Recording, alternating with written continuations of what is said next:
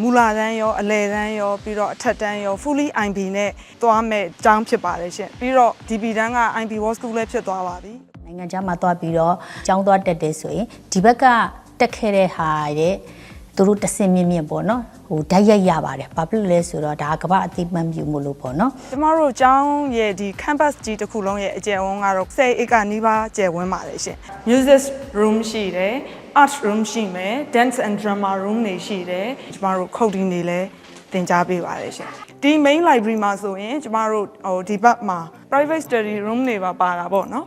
ဟိုပညာတတ်တစ်ယောက်အနေနဲ့ကမ္ဘာလယ်မှာရက်တည်နိုင်လောက်အောင်ဒီလုပ်ပေးနိုင်တဲ့ဟိုပညာရေးဖြစ်ပါတယ်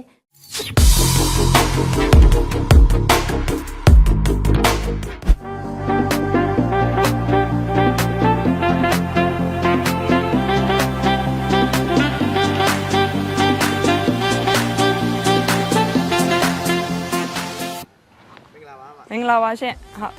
ကျမတို့အကြောင်းကတော့ဒီဟိုပေါ့နော် PYB အာလီယာရဲ့မူလာတန်းရောအလယ်တန်းရောပြီးတော့အထက်တန်းရော fully IB နဲ့သွားမဲ့ကျောင်းဖြစ်ပါတယ်ရှင်ပြီးတော့ IB World School လည်း DB တန်းက IB World School လည်းဖြစ်သွားပါပြီဒီ2025-26ပညာသင်နှစ်မှာဖြစ်တာပါရှင် Specifically, I've been learning about weathering, right? So things that not.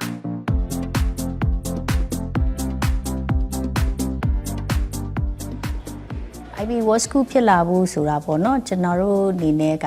နှစ်ပေါင်းများစွာပေါ့နော်ပထမတော့ candidate school အနေနဲ့ပေါ့နော်ဒီလျှောက်လွှာတင်ရတယ်ပြီးရင် candidate school fees တွေပေးရတယ်ပေါ့နော်အဲ့ဒါနှစ်စဉ်ပေးရပါတယ်အရေးချင်းမိတဲ့ဆရာတွေလည်းရှိရမယ်အုပ်ချုပ်သူတွေလည်းဖြစ်ရမှာဖြစ်တဲ့အတွက်ကျွန်တော်တို့ကသင်တန်းတွေကိုသူတို့ပေးတဲ့ workshop တွေကိုနိုင်ငံတကာမှာသွားတက်တာလည်းရှိတယ် online နဲ့တက်တာလည်းရှိတယ်ပေါ့နော်အဲ့ဒါမျိုးတွေနဲ့ဟိုထောက်လျှောက်လုပ်ခဲ့ရတာပေါ့နော်အဲ့ဒါပြီးတဲ့ခါကျတော့သူတို့ကလည်းဒီ curriculum တွေကိုစစ်တယ်ကျောင်းကိုစစ်တယ်ကလေးတွေရဲ့လုံခြုံရေးပိုင်းပေါ့နော် safety ပေါ့နော်သူတို့ရဲ့တည်တည်ချာချာတင်နိုင်မလားပေါ့နော်ပြီးရင် CRD ရဲ့ qualification ပေါ့နော်ဒီ facilities အကုန်လုံးကိုစစ်ဆေးပြီးတဲ့ခါကျတော့မှဒါအဆင့်မီတယ်သူတို့ရဲ့တင်ယုံညွန်းတန်း IB တင်ယုံညွန်းတန်းကိုသင်ခွင့်ရနိုင်နေဆိုပြီးတော့မှာပဲသူတို့ဆုံးဖြတ်ပြီးမှအစစ်စစ်ဆုံးဖြတ်ပြီးမှပဲ IB World School ဆိုတာဖြစ်လာတာပေါ့နော် Join a campaign for a good cause.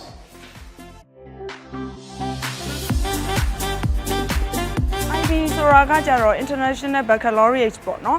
IB သင်ရိုးကိုကျမတို့နိုင်ငံအနေနဲ့ကတော့ဟိုလူသိတာတော့နည်းသေးတယ်ရှင်တကယ်တမ်းက IB က1968ကလေးကစပြီးတော့ဟို founding လုပ်ခဲ့တဲ့ဟို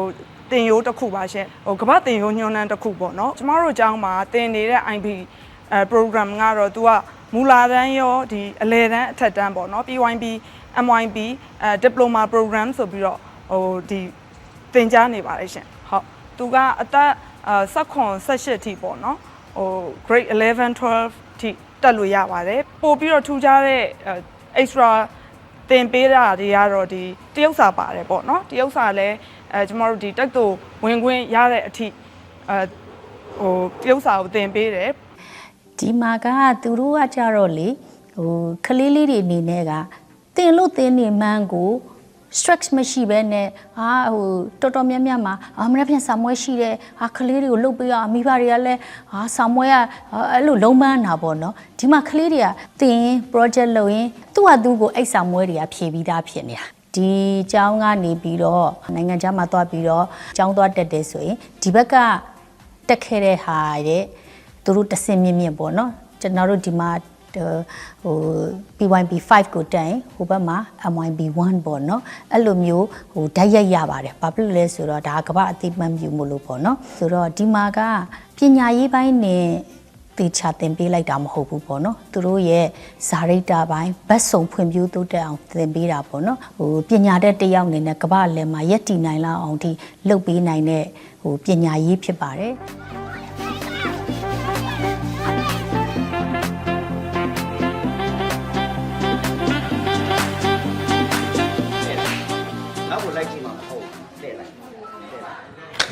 ဟုတ်ကဲ့ကျမတို့ကျောင်းရဲ့ဒီ campus ကြီးတစ်ခုလုံးရဲ့အကျယ်ဝန်းကတော့9.4 ခွန်ဧကပေါ့နော်10ဧကနီးပါးကျယ်ဝန်းပါတယ်ရှင်အခုလက်ရှိမှာတော့ဒါဒီအဆောင်ကြီးတစ်ဆောင်ပြီးသွားပြီပေါ့နောက်ထပ်လက်ရှိစောက်လုပ်နေတဲ့ဟိုအဆောင်တွေလည်းရှိပါတယ် အားလုံးပြီးသွားပြီဆိုရင်တော့ကျမတို့ဒီ international 11 sided ပေါ့နော်ဘောလုံးကွင်းတွေလည်းပါမယ် international ပြိုင်ပွဲတွေလုပ်လို့ရတဲ့ဘောလုံးကွင်းတွေပါမယ်ရေကူးကန်2ကန်ပါပါမယ်ရှင်library ကတော့4ခုပါပါမယ်ရှင်အခုလက်ရှိဒီတစ်ဆောင်မှာတော့library 2ခုပြီးထားတယ်ပေါ့နော်တောက်လျှောက်တော့ဆက်ပြီးတော့စောက်လုပ်နေသေးပါရှင်တဲလေးချက်လိုက်ပြပါဟုတ်ကဲ့ပါရှင်ဟုတ်ကဲ့ပါ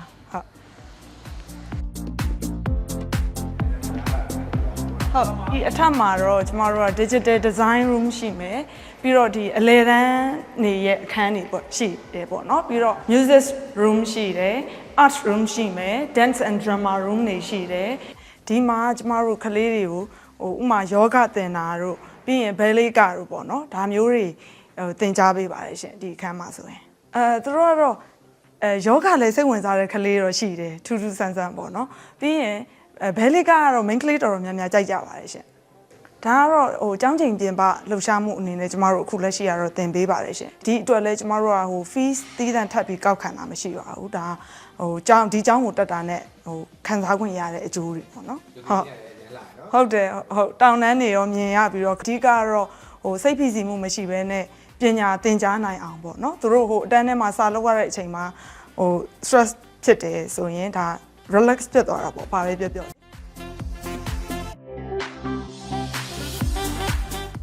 international teachers ဒီမှာမှတကယ် native English speaker တွေကိုပဲဟိုပါပေါ့နော်ဆရာတွေကိုပဲဒီမှာခံထားပါတယ်အဲ့ဒါပြီးတော့သူတို့ကိုလည်းအပတ်စဉ်ကိုသူတို့ဒီ lesson plan တွေတေချာတင်ရတယ်ကလေးတွေကိုတေတေချာချာလုပ်ပေးရလားအဲ့ဒါတွေကိုလည်းကျောင်းအနေနဲ့ကျောင်းရဲ့ administrator တွေကစစ်ပါတယ်ကျောင်းမှာရှိတဲ့ဆရာတွေကတော့တကယ်အရေးချင်းပြေဝမှသာလင်းဒီကျောင်းမှာလုပ်လို့ရမှာပေါ့နော်ဒီ main library မှာဆိုရင်တော့ကျမတို့ဒီအလဲတန်းနဲ့အထက်တန်းကလေးတွေအတွက်စာအုပ်တွေထားပါတယ်ပြီးတော့နောက်တစ်ခုရှိတာကကျမတို့က IB မှာအရေးအကြီးဆုံးကသူတို့ဒီခုနလည်း teacher ပြောသွားတယ်ပေါ့နော် research လုပ်တဲ့ဟာတွေပေါ့စာအုပ်တွေအများကြီးဖတ်ရတယ်အဲ့တော့ IB ကျောင်းတွေအနေနဲ့ကတော့ကျမတို့ဒီlibrary ကတော့အသက်လို့ကိုပြောလို့ရတာပေါ့နော် diploma program နဲ့ပတ်သက်တဲ့စာအုပ်တွေရှိမယ်ပြီးတော့နောက်တစ်ခုကကျမတို့က international school ဆိုပေမဲ့ဒီမှာChinese နဲ့ပတ်သက်တဲ့စာအုပ်တွေလည်းရှိတယ်ပြီးတော့ထူးခြားတာကမြန်မာစာအုပ်တွေပါထားတယ်ရှင်ဒီ main library မှာဆိုရင်ကျမတို့ဒီဘက်မှာ private study room တွေပါတာပေါ့နော်ဒီ private study room တွေထဲမှာကလေးတွေကကိုယ့်အဖွဲ့နဲ့ကိုစာဖတ်ရင်းနဲ့ဆွေးနွေးလို့ရပါတယ်ရှင်ဒါကတော့ကျမတို့library ရဲ့ထူးခြားချက်ပေါ့ရှင်ဟုတ်ကဲ့ကျမတို့ကျောင်းကတော့မန္တလေးမြို့ပေါ့နော်ဒီမြို့ပတ်လမ်းနဲ့တိတ်ပံလမ်းအဝိုင်းပတ်ကြီးမှာအသက်ဖောက်လုပ်ထားတဲ့6လမ်းသွားလမ်းမကြီးရှိပါတယ်ရှင်6လမ်းသွားလမ်းမကြီးကနေပြီးတော့9မိနစ်6မိနစ်လောက်မောင်းခဲ့ပြီဆိုလို့ရှိရင်လမ်းအဆုံးမှာကျမတို့ရေတကွန်တောင် city ရှိပါတယ်ရေတကွန်တောင် city ထဲမှာကျမတို့ကျောင်းကတည်ရှိပါတယ်ရှင်ရေတကွန်တောင် city ထဲရောက်ပြီဆိုတာနဲ့ကျောင်းကအဖြူရောင်ဆောက်လုပ်ထားတဲ့ကျောင်းအကြီးအထင်ကြီးဖြစ်တဲ့အတွက်မြင်ရပါပြီရှင်ဟုတ်ကဲ့တကွန် international school ကတော့လေလုံးဝ education ကိုပဲဦးတည်သွားတဲ့ကျောင်းတစ်ကျောင်းပေါ့နော်တန်ဋိဌာန်လည်းချထားပါတယ်ဒီမှာကလေးကိုကမ္ဘာအကောင်းဆုံးပညာရေးပေးမယ်ဆိုပြီးတော့ပေါ့နော်အဲ့တော့မို့လို့ဒီကမ္ဘာထိပ်တန်းအခုဖြစ်နေတဲ့accreditation ပေါ့နော်တကယ်ကမ္ဘာအသိမှတ်ပြုအဖွဲ့အစည်းတွေဖြစ်တဲ့ CIS တို့ပေါ့နော်အဲ့လိုအဖွဲ့အစည်းတွေကိုလည်းအခုလျှောက်ထားပြီးပြီတကွန် international school မှာတက်ချင်းအားဖြင့်ကလေးတွေဒီကမ္ဘာတကယ်ထိပ်တန်းပညာရေးတွေအဖွဲ့အစည်းတွေရဲ့အတိမတ်ပြုကိုခံရတဲ့ပညာရေးတစ်ခုရရှိမှာပါရှင်မိဘများအနေနဲ့ကျမကတော့တိုက်တွန်းချင်တာကလေIB ပညာရေးကတကယ်ကိုကလေးတွေအတွက်စာတော်ရုံနဲ့မကဘူးလူကောင်းအဖြစ် train ပေးနိုင်တဲ့